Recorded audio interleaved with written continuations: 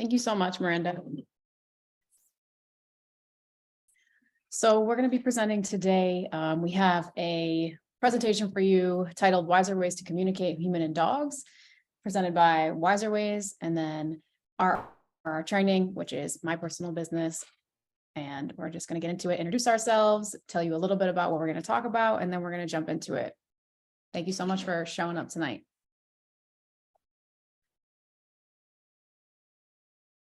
Alrighty. Hi, I'm Arrow. I'm a dog reactivity specialist. I have my undergrad in psychology and my master's degree in animal behavior. My thesis was how dog behavior and adoption rates are improved by positive environments and enrichment programs. And a lot of what I do is about giving dogs a voice and cultivating a space where people don't have to be perfect. And at the same time, they allow their dog to make decisions and live a life that is also authentic for themselves. So a little bit about me is I went to Manchester Metropolitan University. I am married to Al, and that's the picture that's next to it. There's a picture of my dog and I climbing mountains because I really like to do fun outdoorsy things with my dog, Dyson. A picture of me in, I think, Costa Rica, I like to travel. Yeah. And that WeiserWays logo in the middle is the pride flag. I am a trans man and really proud of it. So that's a little bit about myself. And I'm Al. So I am first a trainer and become a social work researcher. So I just earned my master's in social work from Morgan State University. My concentration was on health disparities in African Americans. And I'm also one of the co-owners of WeiserWays. So I'm a Black queer business owner, very proud of that. I bring that into a lot of the things I do.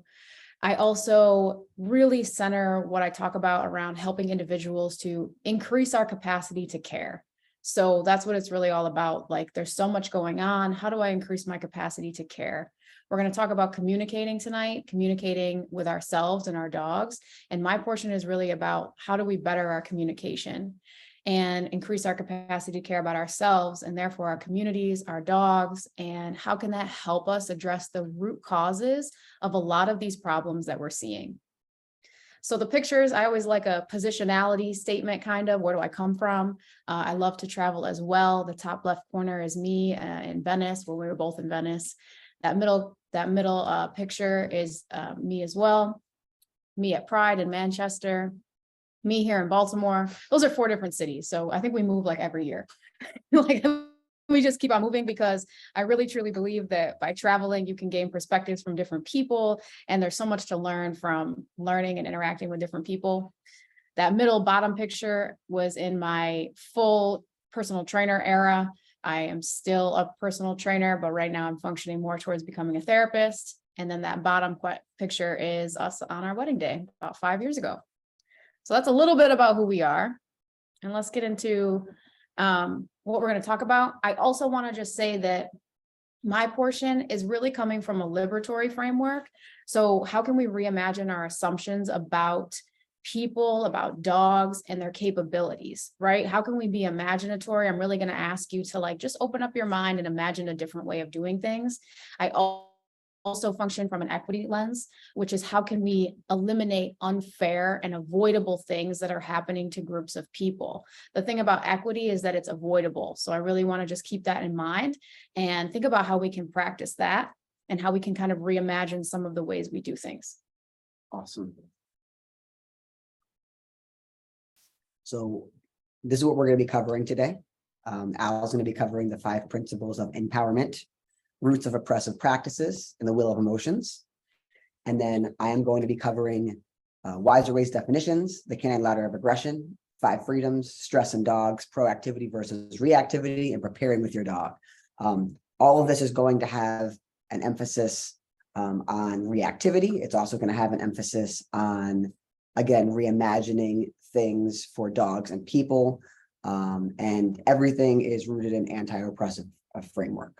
Yep. So just remember why you're here. We don't seek perfection, we seek progress. just be open to learning and seeking new solutions. Awesome. So I want to start us off with a few definitions. I have, I think, 4. And we hear a lot about empowerment, right? And we know that empowerment is helping individuals feel more capable and confident by addressing the things that make them feel powerless. We've heard a lot about this. There's empowerment programs, empowerment coaches. It can be done through a formal practice of someone coming in and running a course. It can be done informally between 2 people.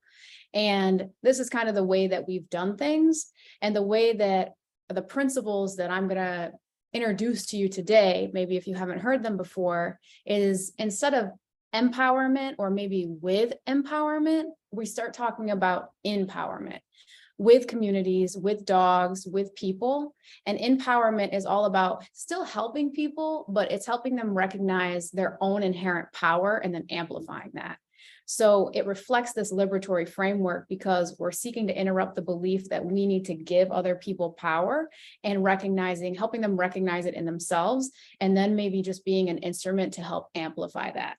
And just thinking like it doesn't have to be one or the other. Maybe it can be both, and they can both exist depending on the context, depending on the awareness of who you're working with and the situation. So we're going to think about empowerment, connecting stakeholders, which is everybody, right? So it's you, it's me, it's the dogs, it's dog trainers, dog professionals, to existing in innate power. And especially that in dogs, if you're a dog trainer or you're just looking to kind of increase or better your communication with your own dog. Right. Yep. Thank you. Mhm. So the first definition is marginalized populations. And these definitions you probably think you typically see in a different kind of presentation, but these populations are groups and communities that experience discrimination and exclusion, whether social, political, or economic, because of unequal power relationships. So I'm presenting this definition as one of our beginnings because I really want to start thinking about dogs as groups made vulnerable by society. So language matters. We'll talk a lot about language. And groups made vulnerable by society helps us recognize that maybe there's systems in place, maybe there's something in place that's making groups vulnerable, that's affecting the way that we communicate with our dogs, that's making it a little bit harder. And we know that dogs have historically had fewer rights, maybe been used for human gain, which we'll also talk about a little bit later. But again, the goal is to make it a more equitable experience. So eliminating that unfair and that avoidable differences in our training with dogs. And then, love this picture. This third one is oppression. So this definition says, refers to a combination of prejudice and institutional power that creates a system that regularly and severely discriminates against some groups and benefits other groups. So let's break that down a little bit because there's a lot in there. So when we think of prejudice, we're thinking about those preconceived opinions, attitudes, and judgments that everyone has, that I have, that you have, that everyone has. And when we think about it in relation to dogs and dog training, we're thinking about maybe a stereotype or a preconceived opinion about breeds. And it doesn't always have to be negative. It could be like, I think that golden retrievers are super docile. That can be a prejudice. It doesn't always have to be negative. Or it can be against certain types of dog guardians. It can even be a prejudice against dog behaviors. And Sparrow gave a really great example earlier, which was thinking that we have to respond to dogs who may be exhibiting aggressive behaviors with aggressive techniques. Mm-hmm. That was it, right? Mm-hmm. Okay. Yeah. So that's our prejudice piece. The institutional power. And if you have thoughts, you can drop them in the chat. I can't see the chat, but maybe we can see it after. I could pull it up because I will be asking you some questions. So the institutional power here, I like to think of as us. We, the human, created a system that regulates dogs to the other end of the leash that benefits us. And that's really how the majority looks at it. That's what the norm is. They're only valuable when they're young and cute or when they're providing us with some service. And there's a lot, very little concern given to dogs' fears, desires, and emotions. So we want to change this system. We want to change this oppressive system to one that benefits both parties instead of just benefiting one party. And when we think about training, we want to come into it, and especially the way we think about it at WeiserWays, is we come in and a lot of this conversation is, this has to benefit both you and your dog. And I talk a lot about the self-awareness part because a lot of our brain is kind of wired to think about things the way they've always been done. And unless we know what system dog training has been situated in, the dog training industry, because all industries are situated in some kind of system, we really can't move forward. So now that I've given you a couple definitions and we have a brief insight in kind of how oppression can manifest in dog training, I want to really talk about who or what are the enablers of oppression. And for someone who does a lot of research about disparities in race and different groups, I don't think you'll be surprised. You ready? Yes, next, please. Right. So what is the enablers of oppression? So we have white supremacy culture. And I'm going to give you a definition by Tema Okun, who basically created the pillars that we're going to talk about a little bit later in collaboration with Keith Jones. And this is her definition. So it refers to the way in which those in power in the United States used an idea of race to create a hierarchy of values where whiteness was seen as privileged and other races were seen as inferior. Now with this, and you're probably wondering like, okay, but how does that definition have to do with dog training? It has to do with dog training because we have tenets. So we have things that exist that support this white supremacy, the air that we breathe in, that I've taken part of. And you don't have to be a certain color to take part of white supremacy culture or to use certain pillars of it or to perpetuate it. It's a way of thinking that has to do with the society that we're born into. So some of these tenets are either or thinking, only one right way, perfectionism, sense of urgency, and quantity over quality. So I'm going to talk just through those briefly, and I want to make sure I don't talk too much. Okay, so either or thinking could be an example of holding the way things used to be above new information, right? We don't think that something new can exist because we already knew something. That can go into only one right way as well. But another example of that is being reluctant to try and adapt to new training methods. So this might have been what your parents have done and their dog was super obedient, which Sparrow will talk about language later, and you're reluctant to try something new.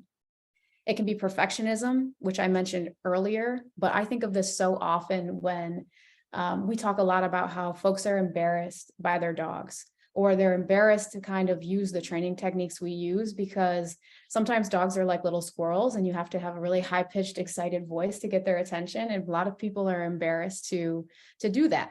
A sense of urgency, expecting quick results with training, not being willing to follow through the process. And then quantity over quality. Another great example that, do you want to give the example you gave? Okay. About overexposing their dogs to stimuli without kind of judging or without having it be of quality. So exposing your dog to as much as you can, which might cause anxiety or fear without really worrying about the quality of those experiences. Can I chime in real quick? Yeah. So the quality over quantity over quality reminded me of Ian Dunbar, which was a trainer from the UK, who told everybody, he had a lot of great things to say, obviously. He was a great trainer, he's a great trainer, but he also told everybody to get their puppy exposed to as many people and as many stimulus as possible. And it was the quality over the quantity. And a lot of puppies were becoming, fearful and resistant. So these are the kind of things that we're talking about when we talk about white supremacy culture, that we're all a part of and that some of us do, subconsciously. Right. A great example. So at the end of the day, the system was designed to separate and disconnect us from our world, from each other, from us and our dogs, from our community. It was designed to cause division. And if you've heard anyone speak about this, it really benefits no one. So once we can start to recognize these things, we can start to live a more free life with our dogs. We can start to experiment more and try new things. And I want to talk a little bit about what can be associated with whiteness and therefore privilege. So you can start to tie it back to dog training and just relationships with your dogs. So things that are associated, I mentioned certain dog breeds before. So you could probably think about certain dog breeds that are associated with whiteness or associated with just having more privilege. And you can even think about it as having more privilege. So what dogs do you see in harnesses versus prong collars, shock collars, things like that? A harness allows a lot more freedom. Saviorism with dogs can be associated with that. So taking dogs from other countries to rehome them in the US where they might not have a better experience at all. And they might have been taken out of a really great place. That patriarchal mindset that kind of supports, and you can see that one in them, it goes under paternalism, but it showed up in the man's best friend or the dog master relationship, which is a dominance-based relationship, something that we're also seeking to change. And then another thing is the tools used in training. So dominance-based training or aversive training is something that is related to this and kind of supports all of those, gets things done quick. You don't have to have much choice. You know the results, but those are all part of the tenets that support this air that we breathe in, or the white supremacy culture. What happens is when we do this, and it's very hard, I wish we could talk about this for a lot longer, because either or thinking is super easy to fall into. It's like, I can either do this and, I can either take my dog for a walk today, or it's just how, when we think about stuff and we don't think that two things can exist at once, but when we adhere to the binary, right, wrong, either or, black, white, win, lose, we allow everything that doesn't fit, dogs who don't fit, who are too reactive, people that don't fit, to be pushed to the margins and lose privileges. And that's when harm becomes perpetuated. So I like to say that if we're not participating in disrupting injustice, then we may be just perpetuating it instead of talking about it. So that's why I talk about it, because we don't want to perpetuate it. So the intersections of oppression, it's why is it that animals, dogs fall at the intersections of oppression and are made vulnerable by white supremacy culture? And we could have a lot. I pointed out a few today. One is historical exploitation. So dogs and other animals have historically been used for labor, they've been used for hunting, they've been used for protection. And all of those roles have involved controlling, exploiting, and exerting power over, which makes them more vulnerable. Animals and dogs have less rights. We have breed discrimination. So white supremacy culture can perpetuate stereotypes and discrimination based on breed. We know dogs like Pitbulls and Rottweilers have been unfairly stigmatized and associated with violence and also criminality. And it leads to breed-specific regulations, which we see in things like housing. So we see things like dog training are now affecting things like housing, bans, restrictions, which impact dogs and their owners. So we see the circle continue to get wider. Animal testing, oppressive systems, contribute to the establishment and continuation of industries that rely on animal testing. Dogs are commonly used. And then we just have intersectional vulnerability. So they are particularly vulnerable because they have less rights. And dogs who are part of communities, say pit bulls, Rottweilers, who already are stigmatized, may have less access to other things. So those are just a few ways that culture can lead to dogs experiencing oppression. And we want to switch. So these pictures on the right, we want to switch from zero-sum thinking to non-zero-sum thinking or beliefs. So zero-sum means I win and you lose. And that's the only way it can be, right? It's either or. Non-zero-sum means it's a win-win. It means I can do what I'm doing, you can do what you're doing, and we can still meet in the middle. So that's what we want to do with our dogs. We want to collaborate, communicate. And I just want to recognize that these issues are really complex and breaking them down in 2 slides is very difficult to understand and challenge systemic roots of oppression, including white supremacy culture. But the point is to promote compassion and empathy and also advocacy by creating just more equitable training. So our principles, we're going to start with number 1. So recognize power. These are 5 principles of empowerment. They're adapted from Lord and Hutchinson's 1993 Empowerment with Communities, but they're adapted for dog training. And one is to recognize power. So to empower dogs, we must recognize them as oppressed and marginalized by society and not just as clients. So that means that we recognize abuse, neglect, abandonment, systemic issues, and forced breeding that are all contributing factors to dogs not receiving the treatment they deserve.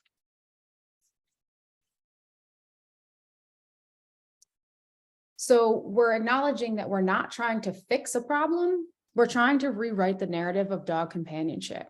And this is what it's all about, self-awareness, right? Becoming aware of new concepts. There's so much that I've learned in creating this business between Sparrow and I, where we can really blend everything that we do together. Like this, everything relates. And what does this really mean? And you can always respond in the chat, but I want you to take a moment and think about, if you're a trainer or you and your dog, how do you approach a client's presenting problem? Or how do you approach maybe a new concern that you have with your dog? And are you approaching it with a mindset that relates to some of the pillars we just talked about? Or are you maybe can you approach it from a strengths-based perspective?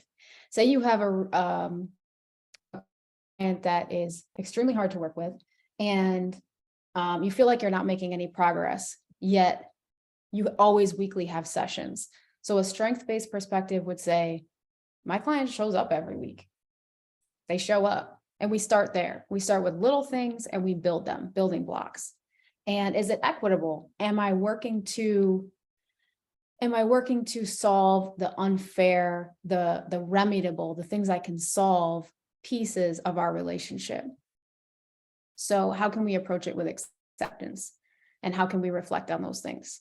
Thank you. Mm-hmm. So number 2, and I see. Looking in the chat. Yeah. Oh, that's a long one. I'm gonna look at that one in just a minute. I thought it was a question.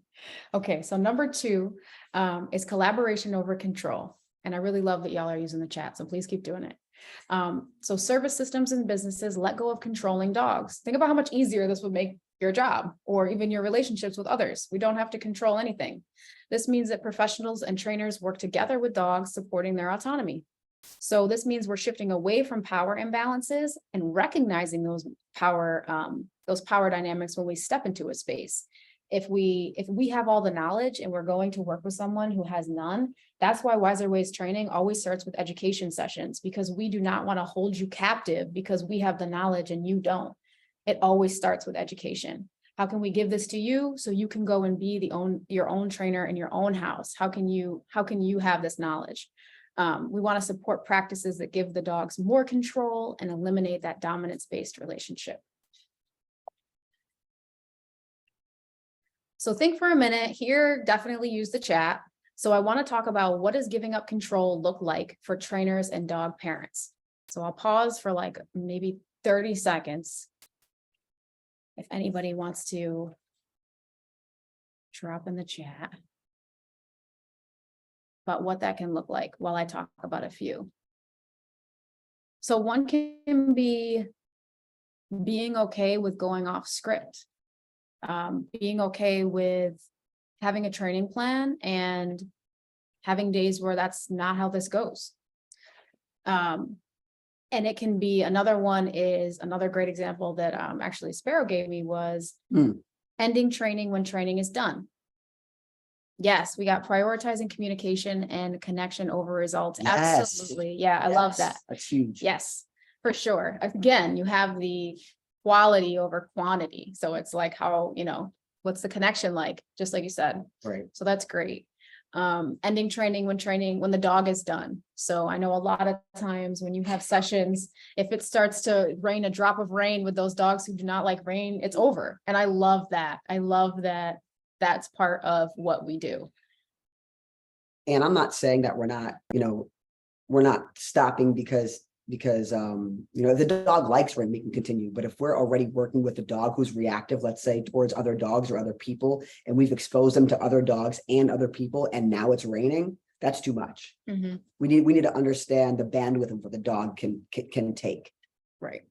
Sorry, John. No, you're right. How do we neutralize power in relationships? Again, you can chime in. I put getting curious, right? So getting curious about what is actually going on here. That's why we talk a lot about feelings and emotions. And for some people, that's great. And for some people, they're like, I thought this was dog training. And it is, but we need to know how you feel. Like talking about embarrassment is really freeing for a lot of clients, because they're really embarrassed to do the things that they need to do to get their dog's attention. And also the sharing of knowledge. Why do we focus on collaboration and autonomy? I think that you know the answer because I've already said it. Knowledge is power, education is power, being able to, and also recognizing that our clients have the answer a lot of times. They just maybe need that reassurance or amplifying that they do know what's going on. And like that strange thing that they thought their dog might be bothered with. Yep, that's right. That bothers your dog. You were right. This helps make it more humane. And it also helps to eliminate those unfair power dynamics. So we're striving to relinquish power over people as the trainers, and then for the clients, power over their dogs, and cultivate power with. Number 3. So number 3 is going to be breaking barriers. Professionals and guardians help dismantle systemic barriers that oppress and control vulnerable dogs. This is the big one. And we're going to talk about this in the very next slide when I ask you some questions. But this one piece is involving dogs and identifying and solving communication problems. Dogs are always talking. We just need to learn how to communicate with them. So my question for you is, what barriers can you think of that oppress, control, and disempower dogs? Oh, God. I got you. There it is.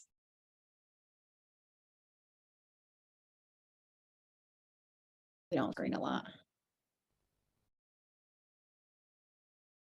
Yes, I love that. Expectations. Yep. Society Yeah. expects dogs to be public property. Yeah. Yes. Petting. If a dog doesn't want to be pet, people get upset with the guardian. Mm-hmm. It's a good one. And I think that's something that you teach a lot, and something that comes up in sessions. And that was a great example. So thank you for sharing, is how to tell people no. You cannot pet my dog, and how to say it in a way that advocates for the dog and their personal space, and also the client. It's very empowering for the client to realize that they have the power to make the space safer for their dog, and empowering for the dog to realize that their needs are being heard. So I think that's great. And yeah, I have a lot of clients who have like social anxiety, and a lot of clients who just don't know how to say no. So sometimes I just say, listen, no is a whole sentence, and you can just say no and continue on. Exactly. I also want to say here that by breaking barriers, this is where we have the opportunity for folks that have the knowledge. We have the mandate to share it. We have the opportunity to address what our training stands upon, which is why this starts with self-awareness and the things that I've talked about, and kind of the responsibility to share those things. And that doesn't mean you have to go out and tell everybody the tenets of white supremacy today. You can think about them, and you can think about, what does my business stand on, and how do I want to change that, whether it's quietly, loudly, every day. Do I want to speak out about adopt versus shop? Do I want to speak out about abusive breeding situations, or the for-profit market of selling animals? But we have an opportunity to address aversive training techniques and to be more concerned with dogs' well-being than being liked. And that's something I say a lot. Like everybody's not going to like you anyway. So we have an opportunity to talk about important things. So number 4 is listening and dialogue. So this is attending to the concerns, feelings, and experiences and hopes of companions' dogs is crucial for raising awareness of oppression. We want to replace out-of-date language, Sparrow will talk about that in a bit, with dialogue that encourages mutual understanding.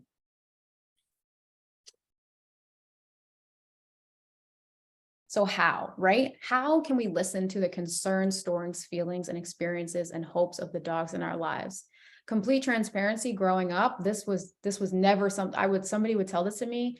And I grew up in a household where dogs were regulated to the dog at the other end of the leash.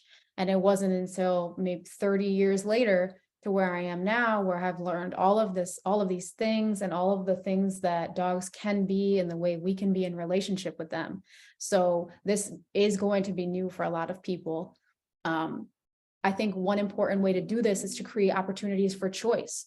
How do we allow and how do we create opportunities for our dogs to have choice, our clients to have choice? Asking someone, what would you like to work on today, is very empowering.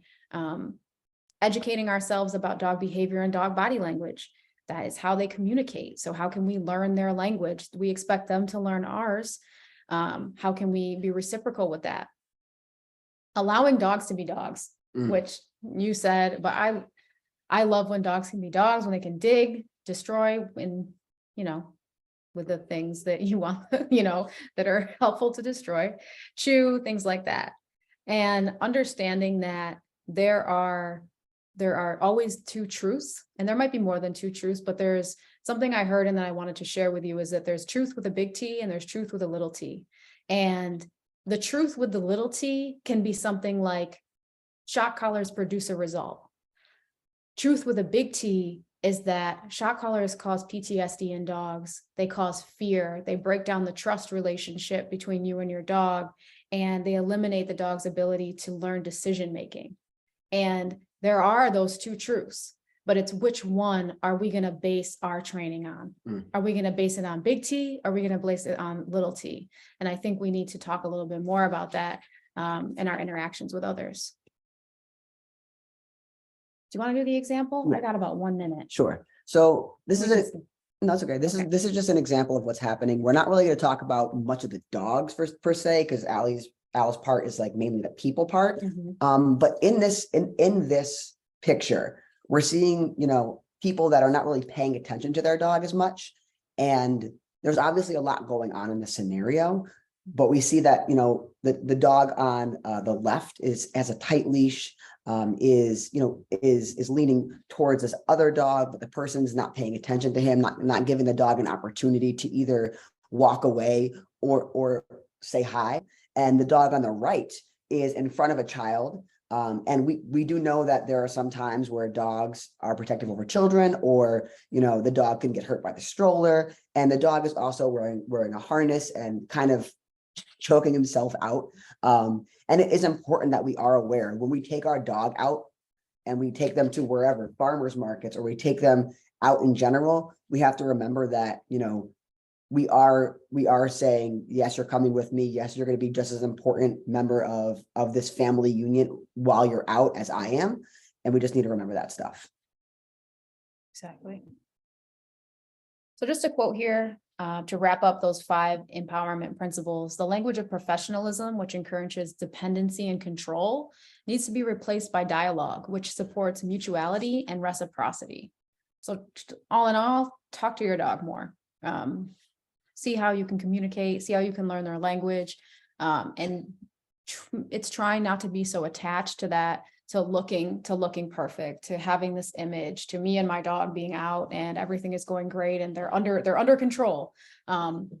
Because especially with puppies and as they grow, we know that that's not an in control phase and they got to go through it.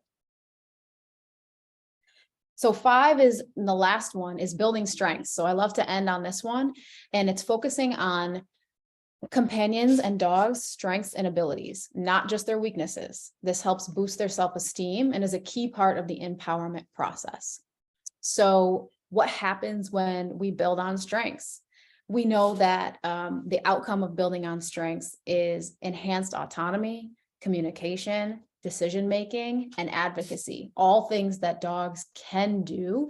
And we've seen them do when we build on their strengths, when their strengths are rewarded and they start to learn this. So one thing real quick. Yes. In this part, I do want to mention, I've had a lot of clients come to me and say, oh, well, I went to a trainer and the trainer said that I'm bad at this, and this, or the trainer said that I did this, and this to my dog. And what we don't want to do is blame, right? Because whatever happened, happened. And we cannot change or fix that. But what we can do is we could say, thank you for coming here. Thank you for being in this space.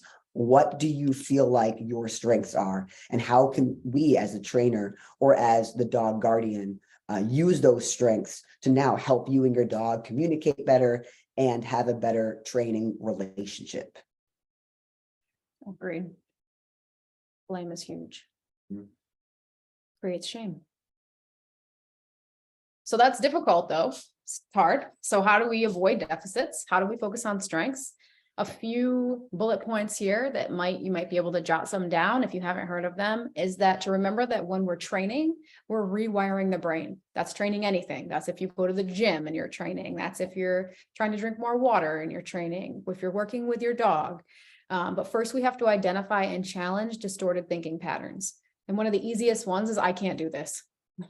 That's one of the easiest distorted thinking patterns that I could point out, that we could identify that, recognize when that's happening, and change that to, I can do this, or I have done this. If you have had a day where you did it, like I did this, I can do it again. There's power in our thoughts and in our words and how we speak to ourselves. And that helps us replace negative thoughts with more balanced and helpful thoughts. So that kind of leads into the next one. We can avoid focusing on deficits by exploring how our thoughts and emotions are related. I think you might talk about this in a little bit. But this is just kind of like, how do I feel before I take my reactive dog out for a walk? Am I super anxious, or do I have high anxiety? Am I irritable? And how can those thoughts kind of become feelings that affect the whole walk, that affect the whole day? And kind of really tuning into those. Like I said, we want to cultivate more balanced and helpful thinking patterns and develop healthier coping strategies for managing difficult situations, which Sparrow's going to tell you about later. So my last tool for you is the Wheel of Emotions, not created by me, but a tool that allows you to expand the way you think about your feelings. And the Wheel of Emotion really encourages you to evaluate your feelings more in depth and discover how to name them for what they are. So growing up, I had a very limited view of feelings. It's kind of that inner circle right here. So it was surprised, happy, bad, angry, our defaults, right? The ones that are socially acceptable, kind of like I'm good. Those are our core emotions, or our surface emotions. They break off into secondary emotions. So am I angry, or was I really frustrated? Was I really let down?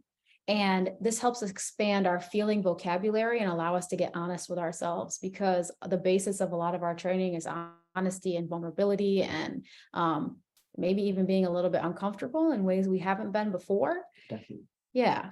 So when to use this, I would just say all the time, especially if you it used to be the background of my phone. So I could really kind of pinpoint, I would be like, am I feeling bad, or am I tired, stressed out, busy, bored? And then how do I address those things? Super helpful. That is super quick foundation of how to look at communication with others and our dogs, how to increase our self-awareness and our consciousness about the dog training industry and what it's situated in, especially here in the United States, and be aware of the systems in our lives that will help us reimagine how to coexist with dogs. This reflects the underpinnings of our business, our beliefs and values, and helps us show up in a way that tries to not perpetuate harm. So now that you understand the foundation on which we stand, I'm going to let Sparrow take it into how this all shows up in training. All right. So we're going to start with this. In order to truly work with a dog, we first need to decolonize our vocabulary, which is a huge part of what I do and what I teach my clients when we first meet. So we're going to go over definitions, WeiserWays definitions. So words matter. This is a fact. This is why it is essential to change the words we use when working with dogs. The words we use are telltale signs of the way that we think. And again, like Al just said, it's about rewiring your brain. It's not, I don't care where you were, right? I just care that you either want to change, do better, or look at things differently. Because, you know, I was obviously at a place where I before that I'm not now. But in order for me to get there, I had to admit that either I was wrong or, you know, that I didn't do things the way that were true to me. I can do it for you. So these are the WeiserWays definitions. We use dog guardian over owner because the word owner is rooted in racism. It's rooted in white supremacy culture. And I don't really like to use it because when we use the word owner, it says that you have complete control over that dog and that dog does exactly what you want. So we like to use guardian, steward, companion. Any of those things are great. The second one is cues over commands. When we ask a dog to do something, that's exactly what we're doing. We're asking, we're not telling them to do anything. The word command is a little bit much. That means that we're saying that if you do not do this, there's going to be a repercussion. And I don't think we need to do that in training. The next is collaboration over control, right? We want to make sure that we're collaborating with the dogs that we're working with and working in community with them and being with them, studying their behavior, studying their expressions and how they're feeling, and not necessarily trying to control them and submit to us or gaslight them. The next one is redirection over corrections, right? So we want to make sure that we're redirecting dogs from stuff that maybe is harmful to them or, you know, destroying the house, but not necessarily correcting them, because whenever they do something that we don't really like or that is harmful to them, it is a great opportunity to teach them how to make decisions. Mm-hmm. So we want to remember that. And then coexistence over dominance. Again, dominance is rooted in white supremacy culture, and it's the old way of thinking. Also, it's been debunked. So we don't really want to use dominance thinking. We really want to coexist with our dog and create an environment and space where we can both live together in harmony and happily. And I know that for some people and dogs, it's extremely hard. And some dogs and people aren't the best match. So what do we do if that occurs, and how do we create a space for that time being? After that is decision-making over obedience.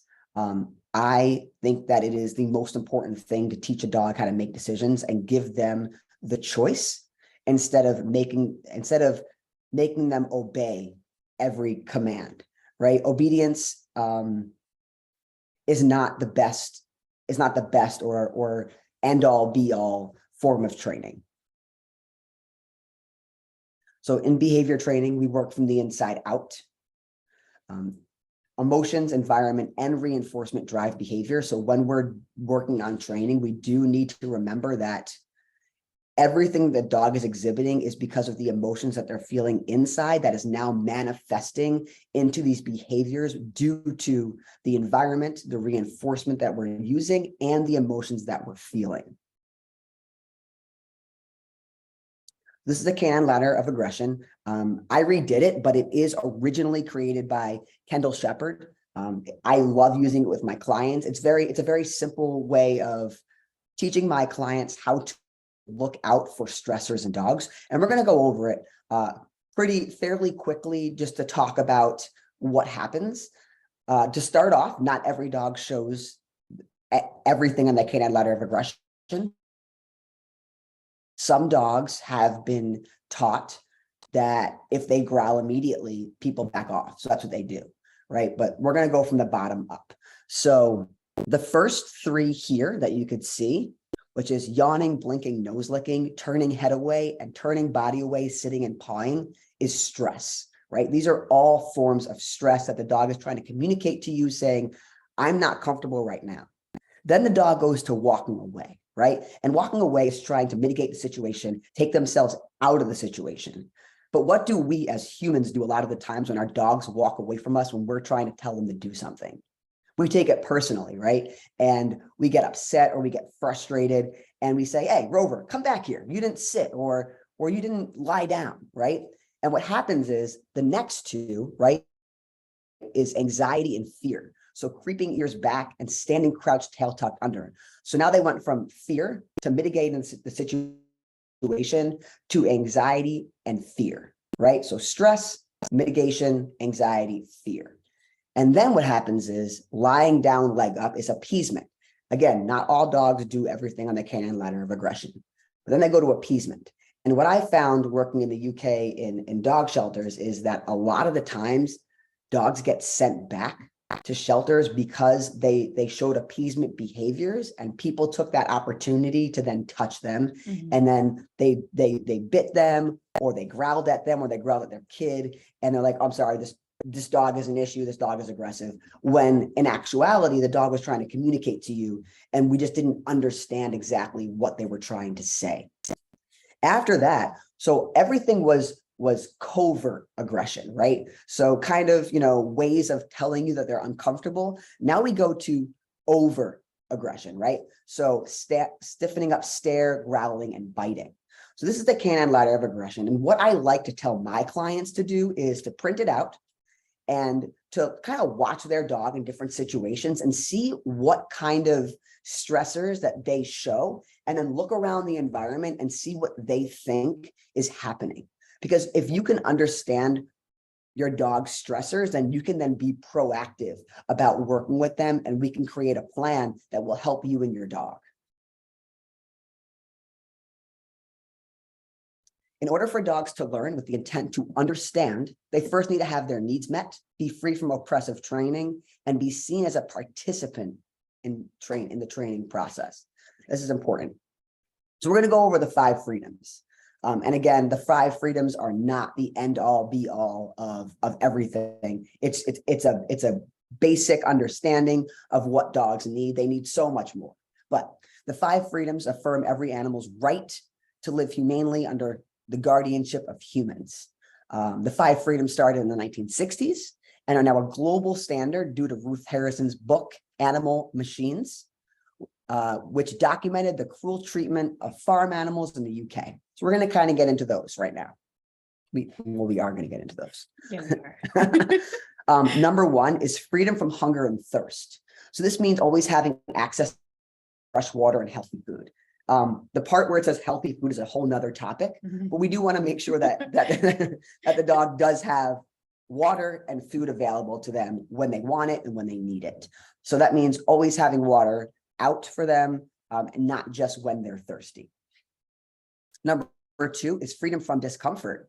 So providing a flourishing environment, including shelter from the outdoors and a comfortable place to rest. So we want to make sure that the dog is comfortable where they're living, just as comfortable as you are, right? So we want to either provide them with their own beds. In our household, our dog has a bed in every single room of the house that we have furniture. He's also allowed on our furniture, but for when he gets annoyed with us or when he needs some space, his bed is his bubble where no one looks at him, touches him, or speaks to him. So it is important that they also have those spaces. 3 is freedom from pain, injury, and disease. So access to healthcare and prevention from sickness and disease. And I do recognize that access to healthcare is a privilege. And it is important, and it also is a privilege. And I recognize that completely. So if you don't have access to healthcare, there are some great programs like the VCA who does monthly payments that, you can come, you could bring your dog there and they will take care of your dog for as low as, $50 a month. But if that's not accessible, there are other ways that we can make sure that you and your dog are being seen and helped. Number 4 is freedom to express normal behavior. This is a huge one. A lot of what I do with clients is teaching guardians how to allow their dogs to express normal behaviors. Because a lot of reactivity, yes, is emotions that are happening inside.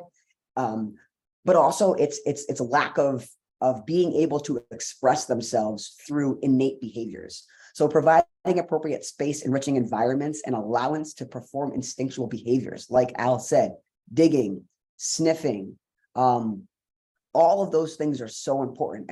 And you know, the first thing I try to tell my clients is to decolonize the way they walk their dogs. Because whenever they walk their dogs, like, all right, we got to keep going. I got to get my exercise. But we need to also remember that your exercise is not the dog's time. The dog's time is the dog's time. And they need to be able to sniff, and they need to be able to do all the things that are important for their mental health as well. And 5 is freedom from fear and distress. So guaranteeing safe conditions and treatment that actively avoids mental suffering. So, you know, this means not using aversive training. This means giving your dog the freedom to choose and allowing them access to the things that are important to them.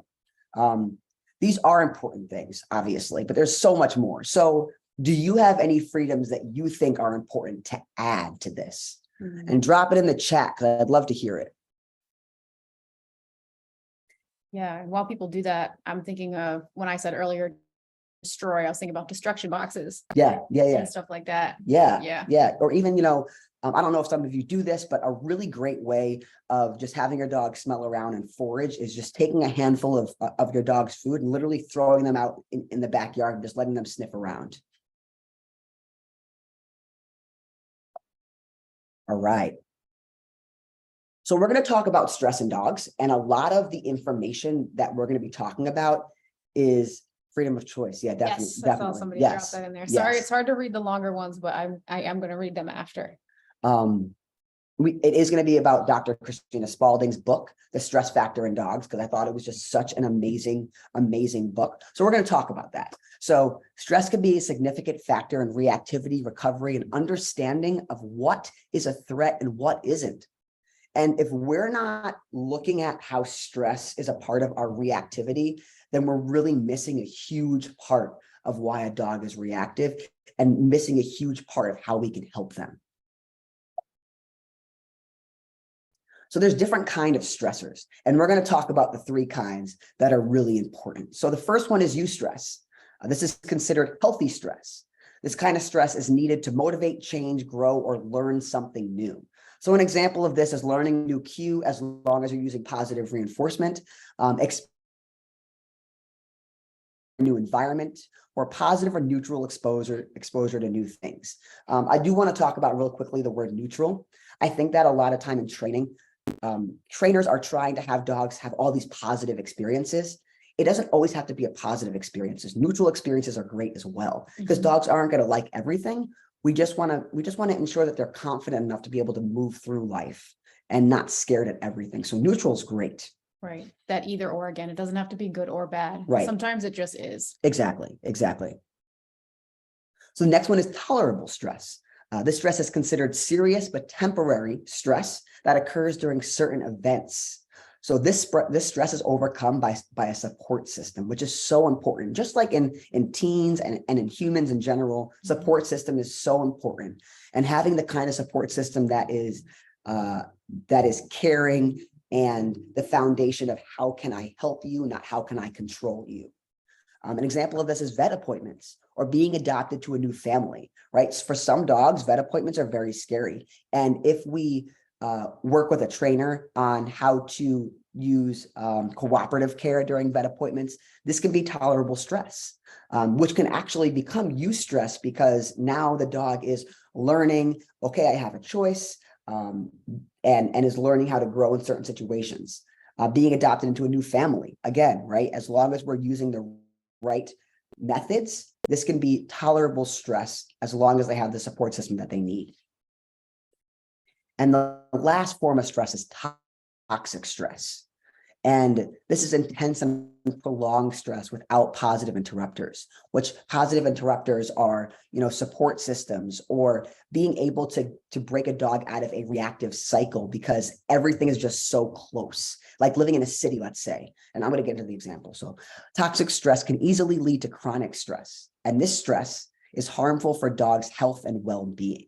So an example of this, like I said, it could be abuse, it could be continuous negative occurrences with sound people and animals. So one example that I have for you right now is I had a client, and the dog was super reactive to people and animals and cats and just everything, the wind. And what happened was they actually had to move. They had the privilege of being able to do so. And by moving, they were able to create a space where the dog was not as reactive, which is really great. That's happened a couple times.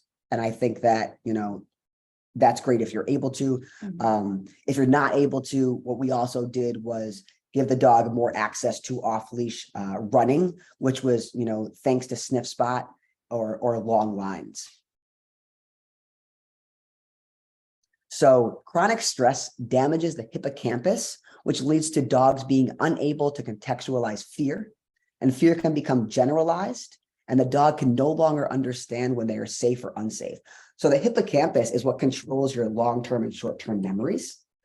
So what will happen is they will have so much stress that everything is now a trigger, and they don't understand how to regulate what's happening. And this is why toxic stress is so important to work on. And the way that I see it is we want to be able to work on the reactivity of toxic stress and make it tolerable, right? We don't want to go from toxic to eustress, because that's a big jump, but we want to make it tolerable. And how do we go from tolerable to eustress? How do we create an environment where, the dog is now, okay, I'm not scared of everything. We're rewiring the brain, like Al said, and we're creating a space where you feel safe by giving you space and distance from your triggers. So why is it important to know? Well, stress is a huge factor in reactivity. If we do not understand stress and how it affects every part of a dog's body, we cannot effectively help a dog through their reactivity and fear. If there are definitely mindsets out there that say, dogs aren't stressed, or dogs don't have emotions. And we all know that that's a lie. We all know that that's not true, and science has proven it. So we really need to look at how we can help the dog from the inside out, because the outside in approach just doesn't work. It's oppressing what they're feeling, and it's pushing everything down, and eventually they're just going to explode. Sounds a lot like humans. It does, right? Yeah, it does. It does sound like a lot like humans. All right. So now we're going to talk about proactivity versus reactivity. This is an important one because a lot of the times people go to trainers and they say, my dog's reactive, and they're not really taught, or not that they're not really taught, but they're not sat down to learn about how can you be proactive. Because what happens is when we teach a client how to be proactive in the moment while they're also learning how to train their dog, it doesn't sink in, because they're trying to do too many things at once. So we need to teach people how to do things in an environment where we're not multitasking. Right. So in proactivity, management is key. So the difference between proactivity and reactivity is being prepared and setting yourself and your dog up for success through management techniques that create healthy barriers to prevent reactive outbreaks. And again, that's a lot, right? I just kind of said a lot of things, and I'm not expecting you to get this right tomorrow. It's a journey. Nothing is a race. So what is proactivity? Well, it's the act of setting up the environment to prepare for challenging events. So I have an example here that I'm going to read to you. An example of proactivity is your dog is reactive towards other dogs on lead. They bark, they lunge. So you stay at a distance where your dog is able to walk past other dogs without reacting, rewarding them in the process.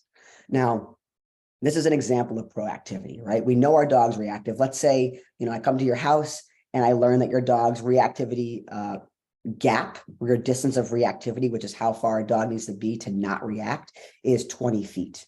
Well, that means that from this day forward, you will not be walking anywhere within 30 feet of other dogs or other people, let's say, until we're able to really minimize that gap slowly. And that's not forever. We just need to start there. We need to start at a place where your dog is able to be calm, cool, and collected, see things, look away, or look and just gain intel without reacting. That's number one, because the second that your dog feels like they have to react, stress builds up to every tissue of their body and they become reactive. And it's just an innate thing that happens. Yeah. And I would say it's a lot of work on the forefront, but it's important, like you said, to explain to clients that this is not forever. Right. Like, this is not forever. Yes, you may have to wake up at 5 a.m. for a month to walk your dog because you live in DC and there's people everywhere, but it is not forever. And the rewards of that is being able to change this behavior, which is going to be amazing. Yeah, definitely. Definitely. That was an example of a Oh. client. But yeah, and again, if you're not a morning person, then you're waking up, you're figuring out when 12 there's a.m. right when there's less and less people. Yeah. So what are the three things that I pointed out three things that are important to work on with proactivity. So number one is management, right? So boundaries put in place that allow you and your dog to move through a situation with as little stress as possible. So examples of this is distance of reactivity and games. So, playing games like Find It or scatter feeding or toys are really great. If we can have a positive interrupter, a dog's looking and you see up, getting a little bit, excited or a little bit stressed, and you squeak a ball and that diverts their attention. That's great. Number two is reinforcement. So reinforcement drives behavior, right? So something that the dog finds enriching that you can reward them for during and after the dog makes choices.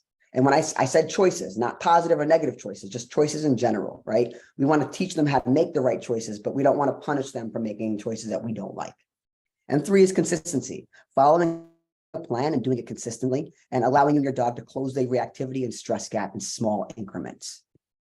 So now let's get into reactivity, right? So reactivity is the act of responding to a stimulus that causes someone or something to have extreme emotions that are difficult to control. And when I say that are difficult to control, I mean that the dog finds difficult to control, not we find difficult to control in the dog.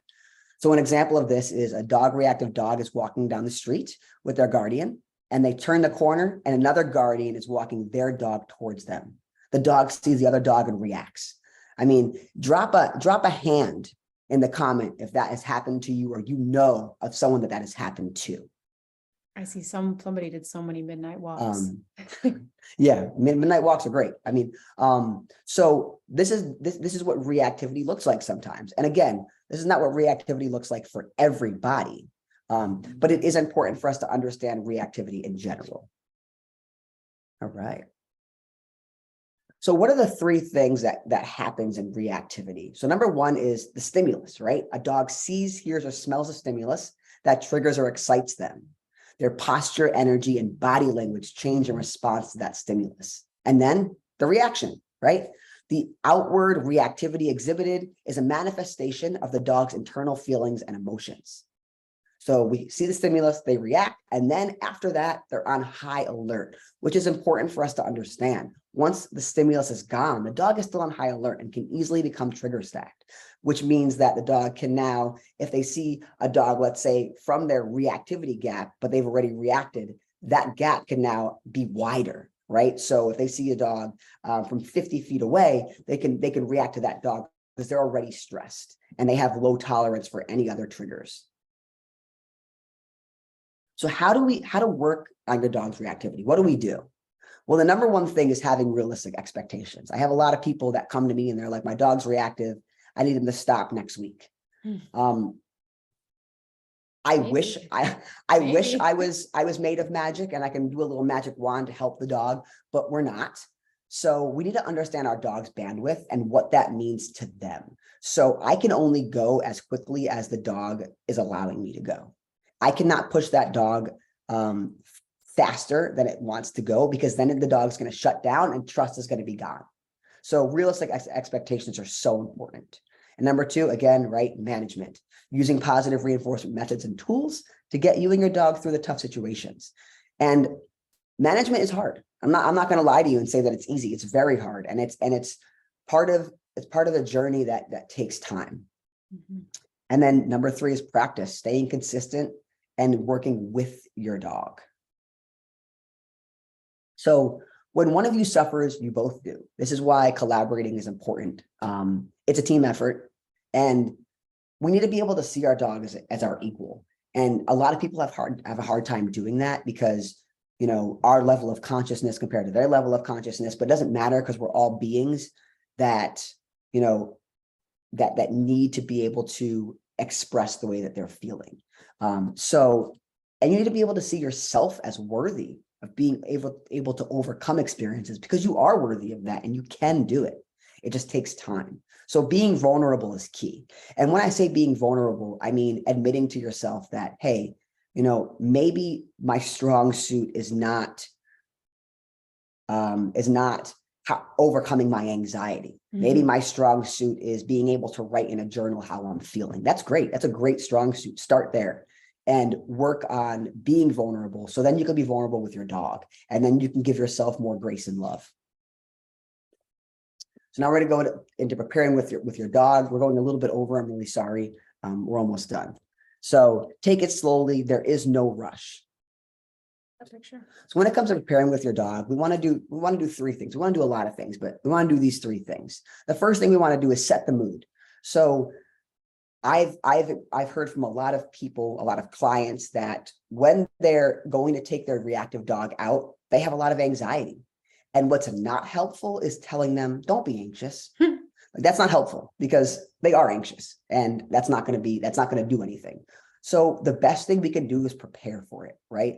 So prepare for potentially triggering situations by gathering the items that you need and entering a calm state, whether that's journaling before you take your dog out, whether that's meditating or going for a run, whatever calming is to you, do that first. And then applying the practice management techniques when facing a situation. These are important for setting the mood. Then you want to talk to your dog. I mean, the amount of times that I've taught my clients how to talk to their dog, because there's a difference between anxiously talking to your dog and calmly talking to your dog, right? We want to be able to calmly talk to our dog.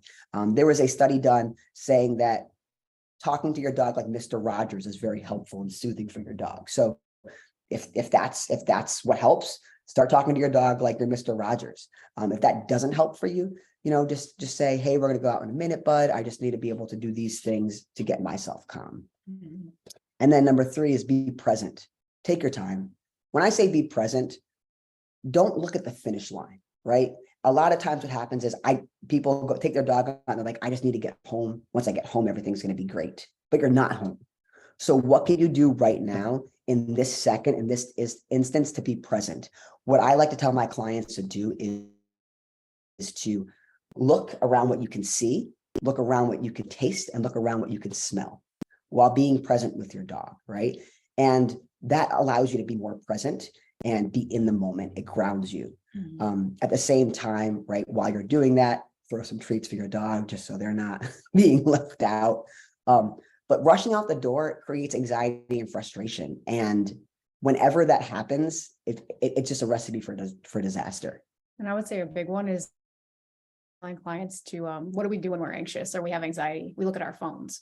So telling them this is a no phones walk, or challenge yourself to have no phones walks, because a lot of times we'll observe people walking with their dogs, or we'll observe clients walking with their dogs, and their dog will be doing so many positive behaviors and they're missing all of them. Their dog is looking at them. Their dog is looking at maybe something that triggers them, and then they're looking at them, and it's all opportunities to, learn their communication style. Yeah. No phones. Phones walks. And then to add to that, they're doing something that the person doesn't like, and all of a sudden they're being corrected or they're being yelled at. But did you see what happened, what they did right before they did something that you didn't like? Right. This doesn't mean don't take your phone on walks. Take it on walks. Just don't be on it the whole time. Right. So when it doesn't go well, because we all know that's going to happen sometimes. When it doesn't go well, it's important to have bailout plans. So these can be emergency U-turns, scatter feeding, whatever you feel is great for you and your dog. But sometimes a bailout doesn't work. And this means you are too close to the trigger, and it's a learning experience. You're not a failure. You didn't do anything wrong. It's just a learning experience that we can take into tomorrow. Even with all the right tools, it's never going to be perfect. Right. So go ahead. So some of the best things in life take time to achieve. It takes time to learn and share the knowledge that you've learned. Just like we shared today, and we didn't learn all this stuff overnight, and we certainly weren't born knowing all of this stuff. So it's really a privilege to be able to share some of the things and the tools that we've learned, and how we kind of operate and run this business and our businesses. So self-awareness and dog reactivity is a process, and they don't happen overnight. Right. Exactly. thank you so much for being here with us, being in community with us, listening to us talk. I can't wait to read all the messages that you all said. You're all so important.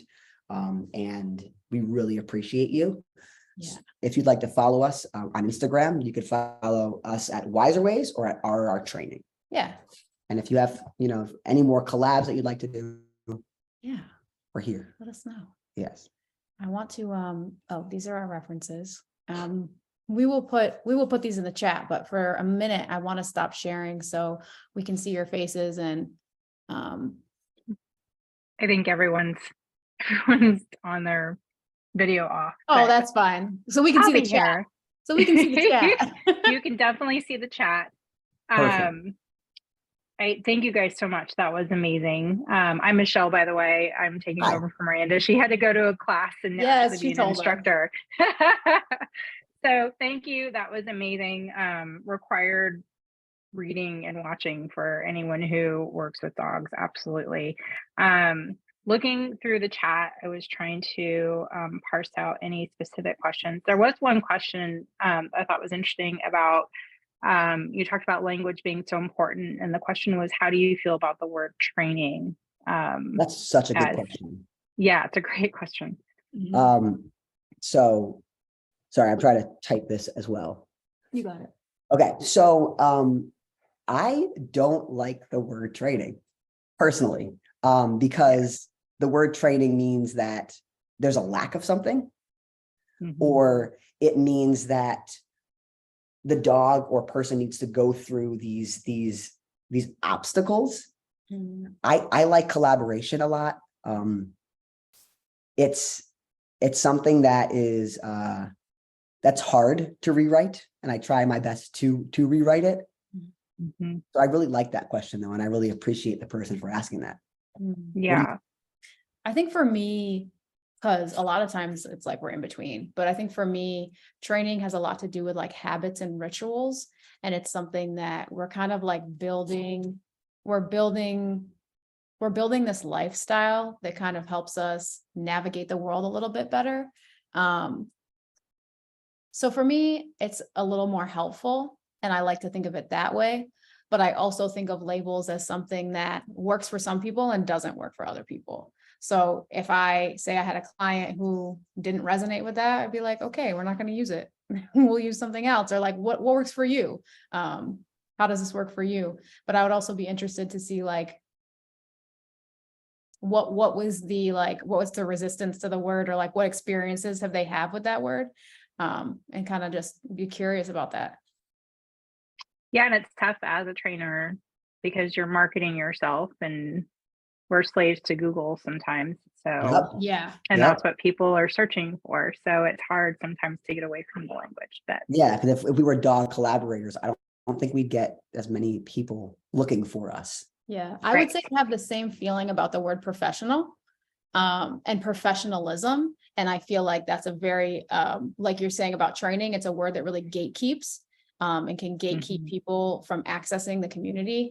So that's one that I will use very sparingly, but only in places and spaces where I can fully explain what I mean by professional and say it has nothing to do with like how you look or how you speak or anything like that. Like it more has to do with like mutual respect. And, so like maybe if it's something like that, saving it for a place where I can explain it. yeah, there's a comment about some people talk about education. I know that can be a problematic word sometimes too. Therapy. I mean, that is essentially what we do is dog therapy. But again, I don't know how many people are searching for that. So it gets tough. But yeah. Any other questions?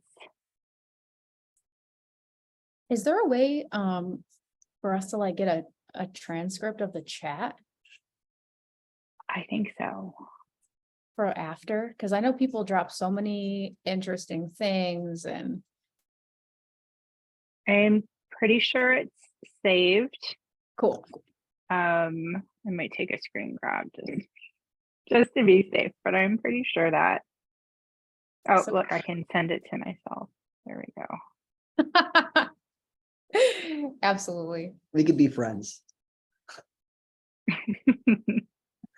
if you liked what we had to say about oppression and everything, we can we can be Right, this is our presentation to make friends. We just present this in public and then whoever wants to stay, we become friends with them. That's awesome.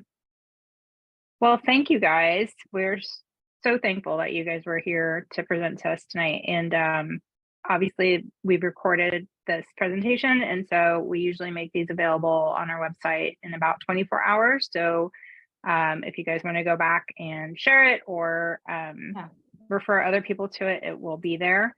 And thank you, Arrow and Al. That was awesome.